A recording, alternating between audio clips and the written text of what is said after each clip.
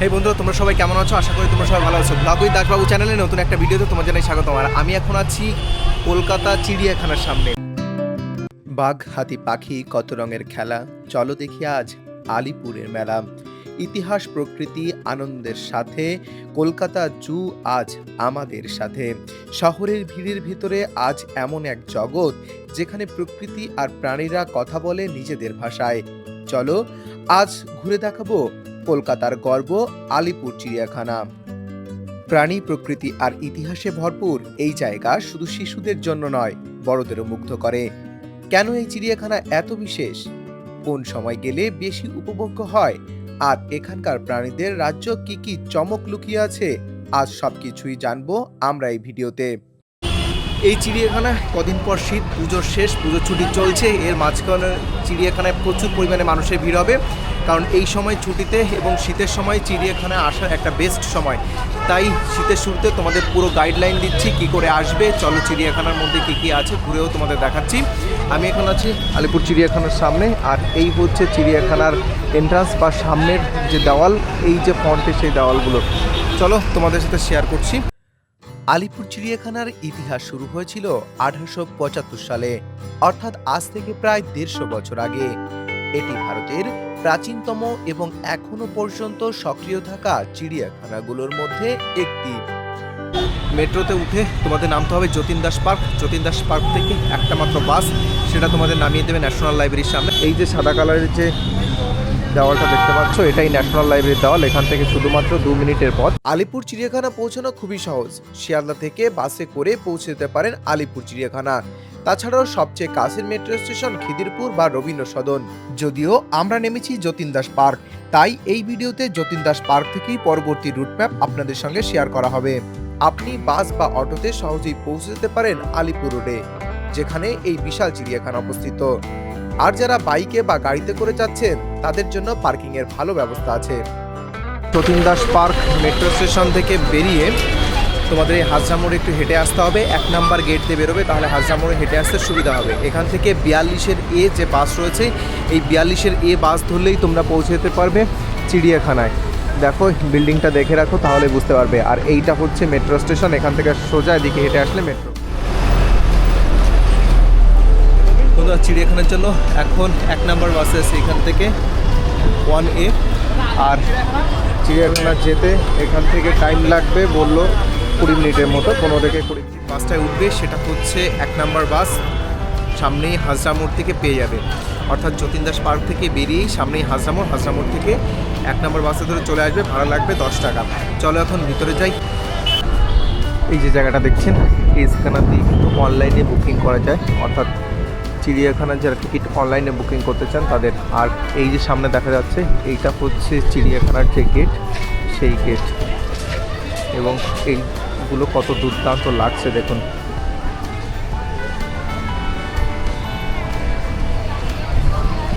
যাত্রী সাথী অ্যাপ, এটা গভর্নমেন্টের ওয়ান উইন্ডো অ্যাপ। এই অ্যাপ থেকে আপনি সমস্ত স্টেট গভর্নমেন্টের যত ঘোরার জায়গা আছে সব জায়গাকার টিকিটও কাটতে পারবেন, প্লাস ট্যাক্সি, আপনি বাইক, অ্যাম্বুলেন্স, বাসের টিকিট, সব কটা আপনি টিকিটও এখান থেকেই কাটতে পারবেন। এটা গভর্নমেন্টের ওয়ান উইন্ডো অ্যাপ করেছে যাত্রী সাথী। আচ্ছা, জুয়ের এখন এই টিকিটগুলো অনলাইনে ওখান থেকে কেটে নিতে পারবে? হ্যাঁ, একদম। ওখানে কি কোনো অফার আছে নাকি? না, অফার নেই। কি এইখানে কোনো অফার নেই। নিকো পার্কের টিকিটের কিছু কিছু অফার মাঝে মধ্যে দেয়।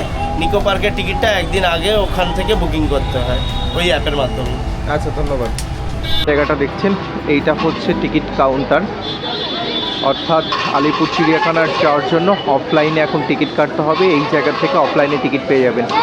আপনাদের বলে দিচ্ছি, জন প্রতি টিকিট মূল্য হচ্ছে 50 টাকা।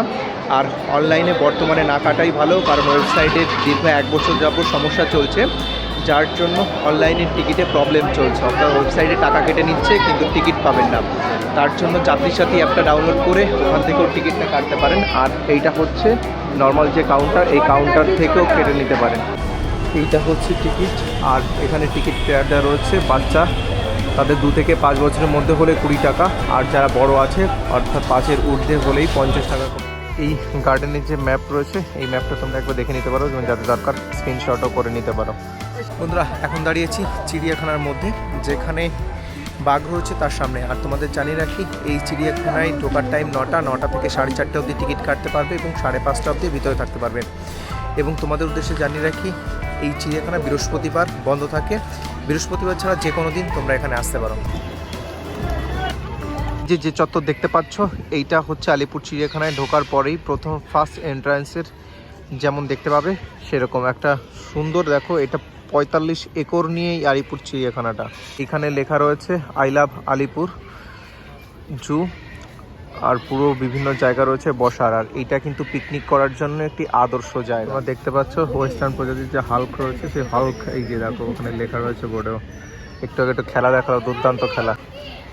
দেখো ওই যেটাকে তোমাদের এইমাত্র দেখালাম, তার সম্পর্কে, তার বিহেভিয়ার থেকে তার ডেসক্রিপশন, কি কি খাবার খায়, কেমন কি করে, সমস্ত কিছু লেখা রয়েছে। এটা আলিপুরের চিড়িয়াখানা নতুন যে পাখিরালয়, সেই পাখিরালয়টা এখান থেকেই সাউন্ড শোনা যাচ্ছে।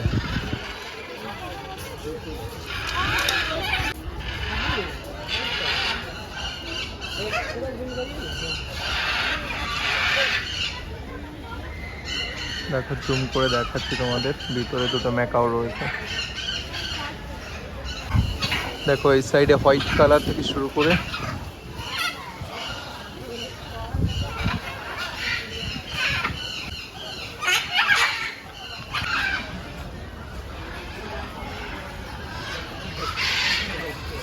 তোমাদের বলে রাখি, এই যে আলিপুর তোমরা জু দেখতে পাচ্ছ, এই জু মোট 45 একর জায়গা নিয়ে তৈরি। এর মধ্যে হাতি থেকে শুরু করে বিভিন্ন জলচর এবং স্থলচর এবং সরীসৃপ রয়েছে এই আলিপুর চিড়িয়াখানায়। শুধুমাত্র পশু পাখির সংরক্ষণ বা জু নয়, এইখানে অনেক প্রাণীর সংরক্ষণ বা আবাসস্থল এবং পাখি থেকে শুরু করে বিভিন্ন প্রজাতির সরীসৃপও এর মধ্যে রয়েছে। চলো তোমাদের দেখিয়ে দিচ্ছি, যদি বাঘটা আর হরিণটা দেখাতে পারি অবশ্যই ভালো লাগবে। কি দারুণ হাওয়া। এই জায়গাটা বেশ কয়েকটা সারস পাখি রয়েছে। খুনতে বক, এক পায়ে দাঁড়িয়ে থাকে বক। দেখো এইটা এক পায়ে দাঁড়িয়ে আছে। কিরে বাবু কেমন আছিস? এই তোর আর একটা পা কোথায়? দেখো এই এক পায়ে দাঁড়িয়ে আছে।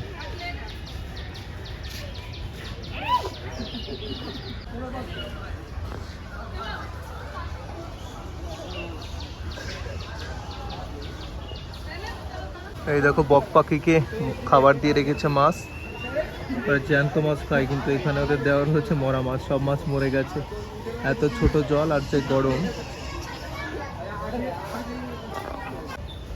তোমরা দেখতে পাচ্ছ কিনা জানি না, ওই দেখো, ওই যে দেখো দুটো বেজি একদম সন্তর্পণে হেঁটে বেড়াচ্ছে। তো অনেকগুলো পশু এর ভিতরে রয়েছে।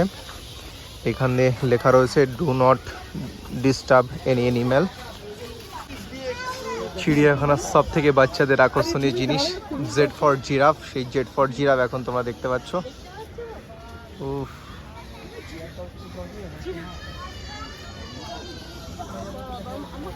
যারাই জুতে আসে প্রথম বাচ্চারা এই জিরাফের কাছে আসতে চায়। বন্ধুরা, শীতকাল চিড়িয়াখানায় আসার জন্য সব থেকে পারফেক্ট সময়, কারণ এই সময়ে বছরের অন্যান্য সময়ের তুলনায় প্রাণীগুলো বেশি প্রাণবন্ত থাকে। আর কমেন্ট করে জানাতে ভুলো না তুমি কবে প্রথম চিড়িয়াখানায় এসেছিলে। দেখো কত ক্লস থেকে দেখা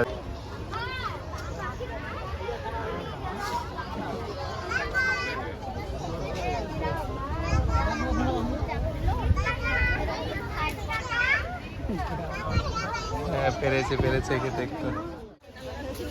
অর্থাৎ পুজোর যেহেতু ছুটি পড়ে গেছে তার জন্য, আর শীতকাল যত হবে ততই ভিড় বেশি হবে। দুই সাইডে লেক আর মাঝখান দিয়ে এরকম হেঁটে যাওয়ার জায়গাটা কি দুর্দান্ত লাগছে দেখো।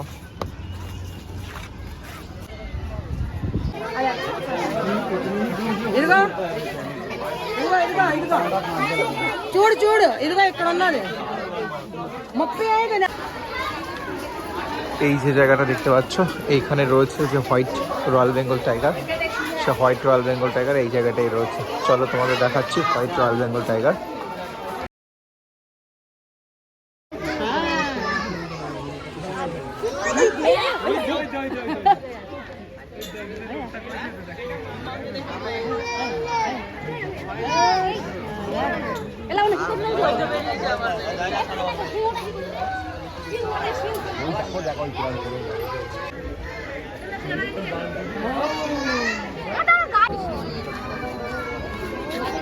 দেখো এই গাড়িগুলোতে করেও 14টা সিটারের যে গাড়ি, এটা করেও চিড়িয়াখানা ঘুরে দেখা যাবে।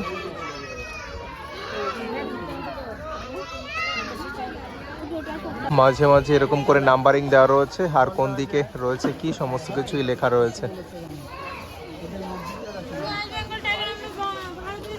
এই যে জায়গাটা দেখতে পাচ্ছ, এই জায়গাটায় রয়্যাল বেঙ্গল টাইগার রয়েছে। চলো একটু ভিতরে যাই, যদি দেখতে পাই কিনা। ওই দেখো রয়্যাল বেঙ্গল টাইগার রয়েছে, সেটা ওখানেও লেখা রয়েছে। এই জায়গাটায় দেখা খুব কষ্টকর, কারণ এখানে বেশ খানিকটা জায়গা নিয়ে রয়েছে। অর্থাৎ এই যে জায়গাটা থেকে ওই জায়গায় শিফট করা যায় সবগুলোকে। এইখান দিয়ে ওরা বিচরণ করে, আর ওই সাইডে গিয়ে ওরা দেখো দাঁড়িয়ে রয়েছে গন্ডার কাজ করছে। দেখো দেখো দেখো, এই যে সেই মুহূর্ত দেখাতে পারলাম না, এটা পটি করে নিল। এই যে জায়গাটা দেখতে পাচ্ছ, এই জায়গাটা হচ্ছে সব যে সাপগুলো রয়েছে এর মধ্যে স্নেক, সেই স্নেকগুলো। আর আজকের ভিড়টা দেখো শুধু, অর্থাৎ চিড়িয়াখানার যে টাইম, সেই টাইম মোটামুটি পুজোর পর থেকে শুরু হয়ে যায়, কারণ শীতের সময় এই জায়গাটা দারুণ। এখানে দেখো কুমির রয়েছে, একদম সারি সারি কুমির শুয়ে শুয়ে রয়েছে। দেখো এই যতগুলো দেখতে পাচ্ছ,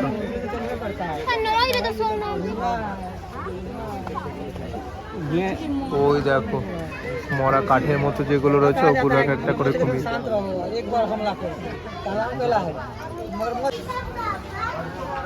এই জায়গাটা দেখো, একটা দারুণ প্যাঁচা বানানো রয়েছে।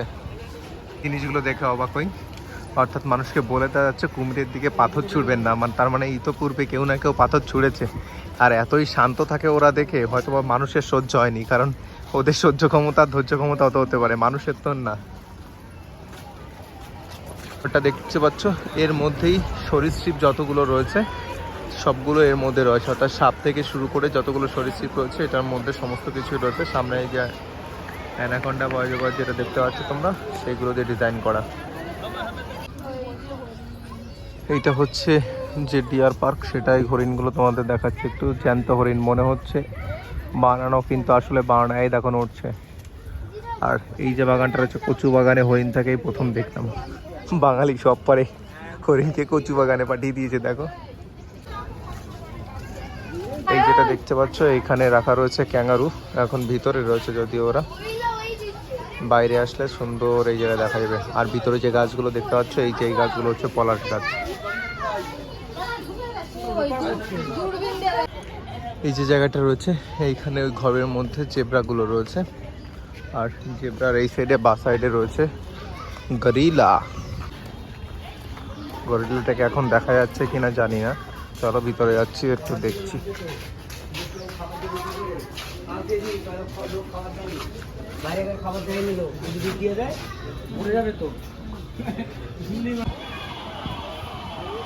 এখন বাইরে যাওয়ার সময়, আর এটা হচ্ছে এন্ট্রি গেট, আর এই যে গেটটা দেখতে পাচ্ছ, এই গেটটা হচ্ছে এক্সিট গেট। আমাদের বলে রাখছি, 9:30টার সময় টিকিট দেয় এবং 4:30-এর মধ্যে টিকিট দেওয়া শেষ হয়ে যায়, এবং 5:30টার মধ্যে এইটা ছেড়ে জুটা ছেড়ে তোমাদের বেরিয়ে যেতে হবে। এবং সবার জন্য বলে রাখছি, বৃহস্পতিবার জু বন্ধ থাকে, সুতরাং যারা আসতে চাচ্ছ তারা চলে আসতে পারো। আর অনলাইনে বর্তমান টিকিটটা কাটবে না, অফলাইনেই কাটবে, কারণ অনলাইনের ওয়েবসাইটে একটু প্রবলেম আছে। যাত্রী সাথী যে অ্যাপ আছে, যাত্রী সাথী অ্যাপ থেকে তোমরা কাটতে পারো, কারণ এর ওয়েবসাইটটা ভালো আছে। চলো তাহলে দেখা হচ্ছে নতুন একটি ভিডিওতে অন্য কোনো